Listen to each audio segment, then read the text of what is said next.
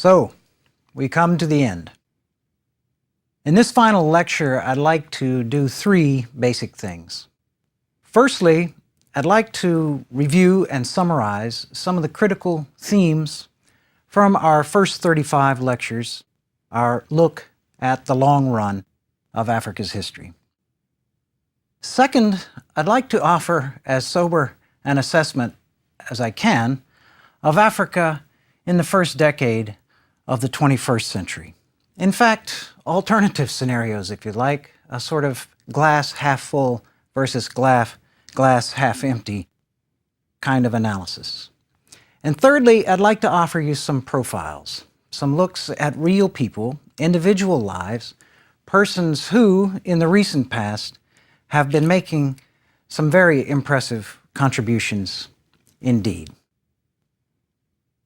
Okay, we started the course with geography, the way I start every course I do. Physically, Africa comprises a remarkable variety of physical and geographic environments.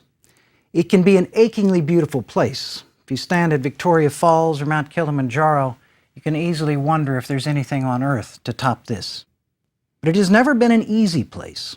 Its soils are old, they are leached. They are, relative to some other parts of the world, weak.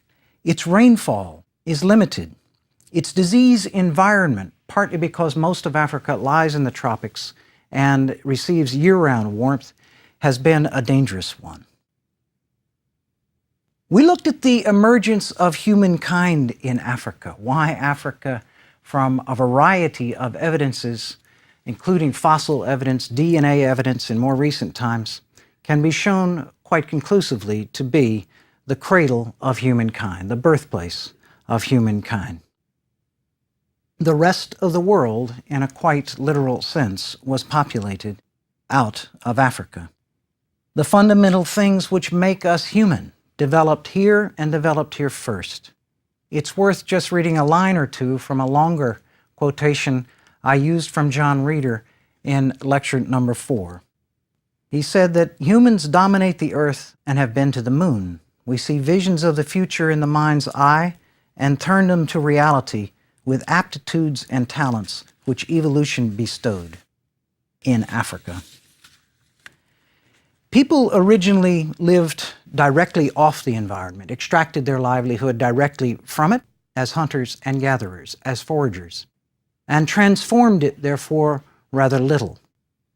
That changed dramatically as perhaps the greatest revolution in all of human history, the revolution of agriculture, aided, abetted, reinforced in Africa by the revolution of the discovery and spread of iron use, changed Africa in numerous ways. Population increased. There was a much greater level of sedentary life, not just a village existence in a rural setting, but the emergence of Africa's first cities. African communities developed over centuries, distinctive social relations, religious systems, and political institutions. I've been at some pains to offer what I hope is a subtler understanding of ethnic identity, something that I find often misunderstood, in fact, often distorted in the case of Africa. I've examined its importance and its fluid nature at numerous junctures. We tried to develop an understanding of ethnic groups, of so-called tribes, if we insist on usage of that term, that are identities not set in stone, not rigidly bounded, which have always overlapped, which are not inevitably bound for conflict. There's just as much, in fact, for my money, far more evidence of ethnic tolerance, coexistence, as there is of conflict in Africa's history. I simply asserted that this is a subject that we cannot ignore, that it is on occasion a life and death matter, as in Rwanda in 1994. But it is a category, an analysis, a mode of analysis, which falls far short of explaining everything about Africa. We've looked at the emergence of major states, kingdoms, empires, the fundamental units of the African political past, and we've done that in many different settings. In West Africa, we looked at legendary places of West Africa's so-called Golden Age, the kingdoms of Ghana and Mali, which have lent their names to modern countries. We looked at Songhai. We looked at the legendary real place called Timbuktu, which played an important role in several of those kingdoms of the West African savanna. On the East African coast, we looked at a variation on the theme of state building, the emergence of Swahili city-states, that is, compact, commercially oriented cities, 30 or 40 of them spread going back at least 1,000, perhaps 2,000 years along that East African coast. We looked in southern Africa at another place which gave its name to a modern country. That was Great Zimbabwe, the greatest stone ruins in Africa south of the Nile Valley. We've seen that Africa's vaunted isolation has frequently been exaggerated. Quite early on, we see evidence of contact, perhaps especially commercial contact, for instance, across the Sahara and across the Indian Ocean. There was also religious contact. We tried to extract some of the fundamental principles of Africa's spiritual life in the indigenous religions found around the continent. But we looked over the long run at the impact of two of the world's great religions, Christianity and Islam, and emphasized that even though these have become major parts of contemporary Africa's scene, that there has always been a large element of syncretism, of the combination, of the hybridization, if you like, between these religions coming into Africa and much older spiritual ideas which are far from gone. Still, in terms of this question of isolation and the global context for Africa's history, we reach a turning point if we go back about 500 years ago. Of course, that's true for many parts of the world, not least the New World, the Americas. At that juncture, around the turn of the 16th century, symbolized probably still rather well by Columbus's voyage of 1492 and those undertaken thereafter, we begin to see that Western European powers drive a global mercantile capitalist system, a system wherein the pursuit of wealth is largely an enterprise driven by the effort to get things, and sometimes persons defined as things, take them elsewhere for resale in the expectation or calculation, not always realized, of profit. Now, an important subdynamic of this post-1500 world and its impact on Africa was, of course, the emergence of the so-called Atlantic system, and perhaps its single most important component, and that was the development of the Atlantic slave trade. West Africa's emergence as the primary source of enslaved persons to labor in the New World had profound implications for the history of three continents. It meant the loss of millions of persons from West Africa, either killed in the operation of the trade or exported, of course, across the Atlantic, where they were crucial in the transformation of the Americas.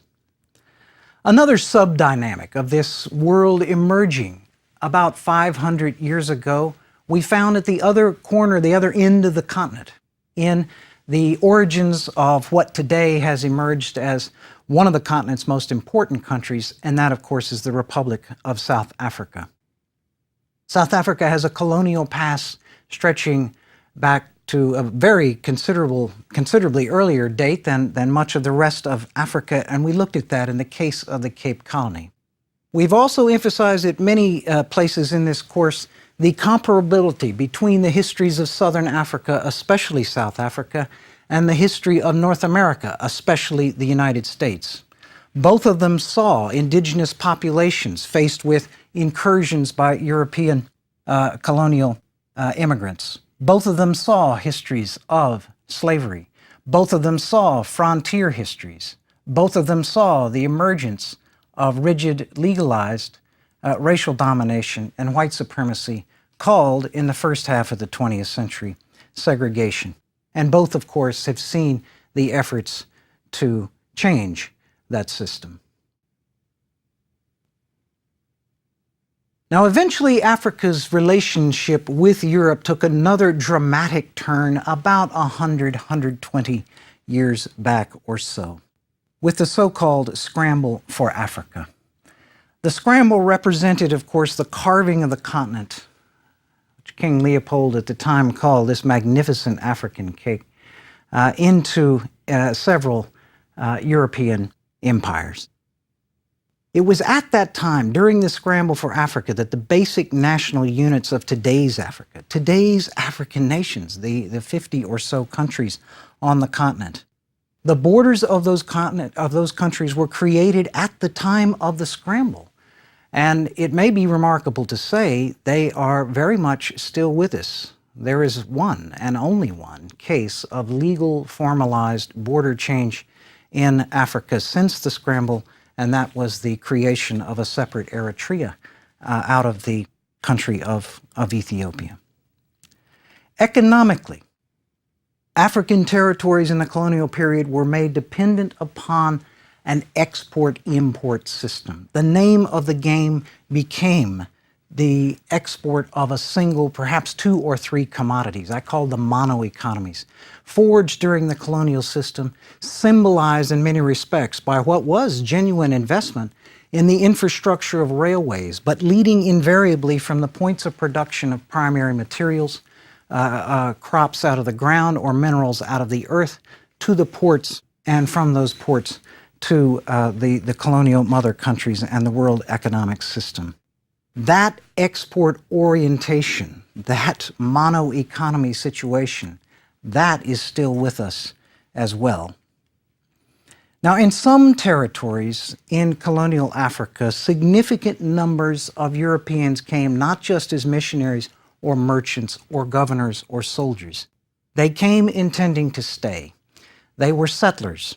And I've emphasized at many points the importance of the difference between settler and non-settler colonies.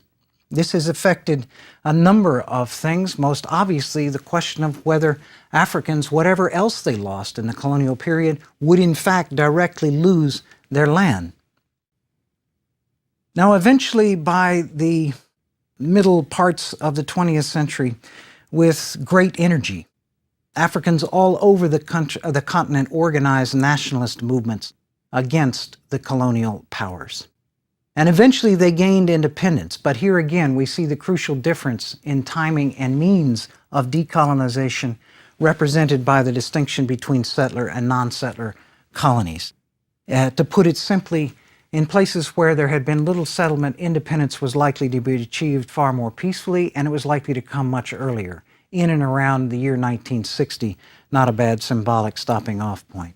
In settler colonies concentrated in the southern part of the continent, in Zimbabwe, Angola, Mozambique, and certainly in South Africa, majority rule was likely to come later, and it was likely to come only after often very bloody wars of liberation.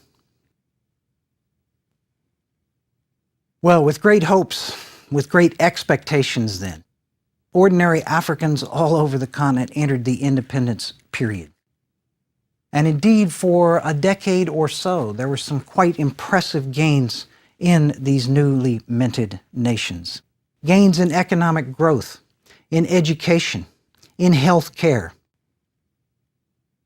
Eventually, however, that first taste of freedom turned sour, and by and large, the expectations were disappointed for reasons both internal and external. In the middle of the 1970s, the international economic climate, perhaps punctuated most dramatically by the so-called oil shocks, the sudden rises of prices of this critical ingredient of any modern economy. The international climate turned inhospitable, and everything economic in Africa contracted. Rulers, usually the same nationalists who had led the struggles to gain independence, responded by tightening their grips on power. They lack the resources anymore to simply reward or buy off, if you like, opposition, reward supporters and buy off opposition. All over the continent, one-party states, military coups, and it has to be said, a very high level of corruption became the order of the day. In numerous places, there were real shooting wars. Angola and Mozambique's independence from Portugal did not signal the end of warfare in those countries, and they entered on to often decades-long or more civil wars. Liberia, Sudan, the Eastern Congo, Sierra Leone. In one place at least, Rwanda, it was worse than that, and the emergence of a genuine genocide shocked Africa and the world. Eventually, however, Phoenix-like, at the end of the 1980s and into the early 1990s, there was a second wave. Africa's second democratization took place. And again, ordinary people as well as extraordinary people all over the continent forged what may be the basis for a new political dispensation. South Africa probably represented, of course, with its conversion from the rigors of white supremacy under apartheid into a democratically elected government in 1994, the most remarkable case of all. So where does that leave us in the 21st century's first decade? I stated at the outset of the course, and I'll say it again, I refuse to be, I will never be, Pollyanna or Pangloss. I can make a good case, I think, for a quite dismal African future. Where's the financial and social capital for genuine development going to come from? What is a realistic alternative to continued reliance on commodity exports? And what are the likely returns for those exports? Isn't Africa going to have to wait another epoch for its turn as China and India bloom into developed powers? As if this weren't enough, what about HIV/AIDS? What else is out there? Maybe just staying alive is going to be challenge enough. If I can wax scriptural on you, as one corrupt leader shall be removed, so shall another be visited upon us. It's almost too easy to find examples. A country like Zambia or Kenya, where the expulsion or rejection, if you like, of one leader raises again the hopes and expectations, often find that those are disappointed by the replacements. So all of this can indeed lead to a conclusion that the glass is not just half empty, it's draining. Now, as you've probably guessed, that's not where my heart is. But professors are supposed to use their heads, and I think that there's plenty of evidence to suggest the possibility of something, not perhaps so grand as an African Renaissance, the phrase popularized by South Africa's President Mbeki, but something like measurable progress. First of all, the ideas of fundamental political accountability and basic political freedoms.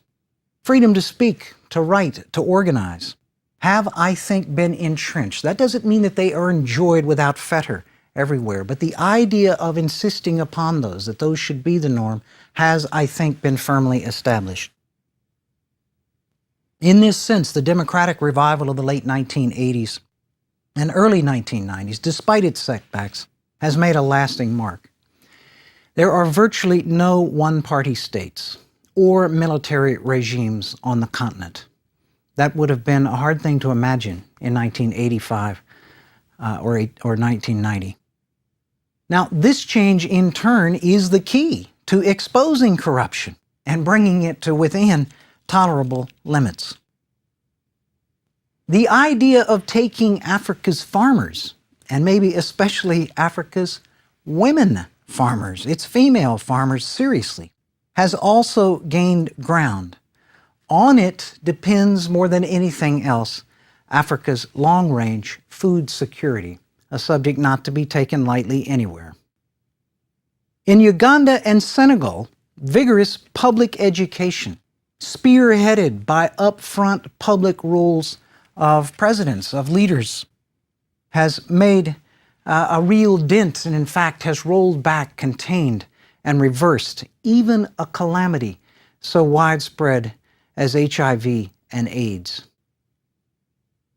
In 2005, agreement was finally reached with institutions like the World Bank, International Monetary Fund, African Development Bank, institutions largely dominated by the richest countries of the world, often called the G8 or what have you.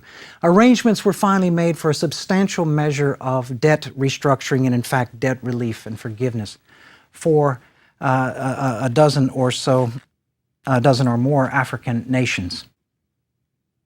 This is not something, obviously, that can happen every year, every 5 years, every 10 years. But it does represent a fresh start.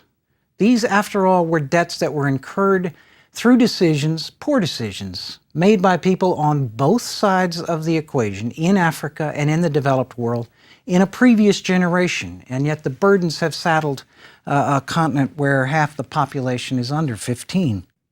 I can't promise that restructuring of debt is going to lead to a takeoff in Africa's prospect. But I can virtually guarantee that without it, you won't see that takeoff. In the digital age, a case like Ireland, another place where a lot of people referred to it as a basket case 10, 20 years ago, a place like Ireland where there's been substantial evidence in education for a new era, and I mean the digital age, has sparked a boom. Perhaps that will offer a model. What if such education were offered to Africa's young and often very enthusiastic learners? Okay, I would like to close then with some profiles, as I mentioned at the outset, of some real people. And I'm going to start with, I'm going to mention 4. I'm going to draw them from each corner of the continent, from West Africa, from Southern Africa, from East Africa. Persons whom I think do offer us an instance of hope. You probably have never heard of Hamilton Naki. I had not. Hamilton Naki died in May of 2005 in Cape Town, South Africa. He had grown up very near to where Nelson Mandela grew up, in the so-called Eastern Cape, Transkei region of that country. At the age of 14, he had gone to Cape Town, where he got a job at the University of Cape Town, at first tending the grass around that elite and basically whites-only institution around the tennis courts. He eventually caught on at the medical school and began to assist some of the professors there in the care and the anesthetization of animals used for medical students to learn and to practice surgery. It was there that doctors began to observe his own skills, his ability to join tiny blood vessels with amazing delicacy and accuracy. He apparently would often quietly finish operations medical students had started. In 1967, Dr. Christian Barnard asked Hamilton Naki to assist him in the world's first heart transplant. This was illegal. It was illegal for a black South African to be in a whites-only hospital in an operating theater, but it was done anyway, and he was apparently a critical part of that dramatic achievement. As Barnard said in an interview in 1993, "He has skills I don't have. If Hamilton had had the opportunity to perform, he would probably have become a brilliant surgeon." In 2003, he finally received an honorary medical degree from the University of Cape Town. Well, somebody who did become a doctor, although a doctor of history, not of medicine, was someone from the other part of the continent, Emmanuel Akyompong from Ghana. He was born in Kumasi, the historic home of the Ashanti Kingdom in Ghana. Eventually went overseas to the United States and earned a doctorate in African history. His brilliance, in fact, has catapulted him to a position as professor of history at none other than Harvard University. You might be sitting here thinking that, well, Akyompong's another example of another of Africa's problems, brain drain. Not so fast. He has maintained his home in Ghana. In fact, his wife and 7-year-old daughter are there. He's got one of the world's longer commuting marriages. And he's become the voluntary U.S. president of something called the African Public Broadcasting Foundation. The idea here is to offer a continent-wide service which would parallel the roles played by NPR and PBS, that is, independent sources of information, news, and so forth across the continent. And the first project which Akyompong intends to tackle is the possibility of combining AIDS education messages with information and entertainment through such a network. As he puts it, Africa is ready to step forward. Let's return to East Africa, southeastern Africa, to the country of Mozambique. A young man not yet 30 years old, Eric Cheras. He left Mozambique in the midst of its civil war and got a degree at the University of Cape Town in electrical engineering, but returned. Eric is an employee at a nonprofit organization which has a disarmingly simple solution to a basic human health problem. There are 3 million children who die each year of vaccine-preventable diseases. But vaccines generally need to be kept cold. They need to be kept at 46 degrees Fahrenheit or less. What Cheras has done with his fellow employees at the organization he works for, called Village Reach, is to take propane-driven refrigerators to various clinics and villages in Mozambique's rural areas, where, therefore, the vaccines can be stored safely, they will not go bad, and where children can begin to be inoculated against preventable diseases like diphtheria, hepatitis B, and so on. My final example is a remarkable woman indeed. Her name is Wangari Maathai. She was born in 1940 in central Kenya. That means that she grew up during the Mau Mau emergency that we looked at in a previous lecture. She came to the United States around the time of Kenya's independence in 1963 and got bachelor's and master's degrees in this country. In 1971, from the University of Nairobi, Wangari Maathai became the first East African woman from any country in that region to obtain a PhD, in this case in veterinary anatomy. By the mid-70s, she had begun working with women's movements in Kenya and looking at the needs of rural Kenyan women, the lack of firewood, the lack of clean drinking water. And she related this to the spread of commercial plantations she had seen since she was a youth, which destroyed the biodiversity and capacity of forests to conserve water. She started the Green Belt movement, and the Green Belt movement since that time has planted on the order of 30 million trees on farms, schoolyards, churchyards, all through the East African country of Kenya. Her efforts often led her to clashes with commercial interests, the owners of plantations, and with the former despotic regime of President Daniel Arap Moi. She was denounced and persecuted, but persevered. She was part of the demand for democratic reform, which eventually led to Moi's departure in 2002 and multi-party elections. She was elected to Parliament with 98% of the vote in December 2002 and is now the Assistant Minister for Environment, Natural Resources, and Wildlife. She's spoken out on the disproportionate burden of women with HIV/AIDS and against age-old cultures, age-old traditions even of her own culture, such as female genital mutilation or female circumcision. For her efforts, Wangari Maathai in 2004 was awarded the Nobel Peace Prize. And I would like to close by reading a little bit from her acceptance speech. She noted that historically her people had been persuaded to believe that because they're poor, they lack not only capital but the knowledge to address their challenges. But in this simple process of planting trees, they discovered they must be part of the solutions. She addressed her fellow Africans at the end and said, as we embrace this recognition, let's use it to intensify our commitment to our people, to reduce conflicts and poverty and thereby improve their quality of life. Let us embrace democratic governments, protect democratic rights, and protect our environment.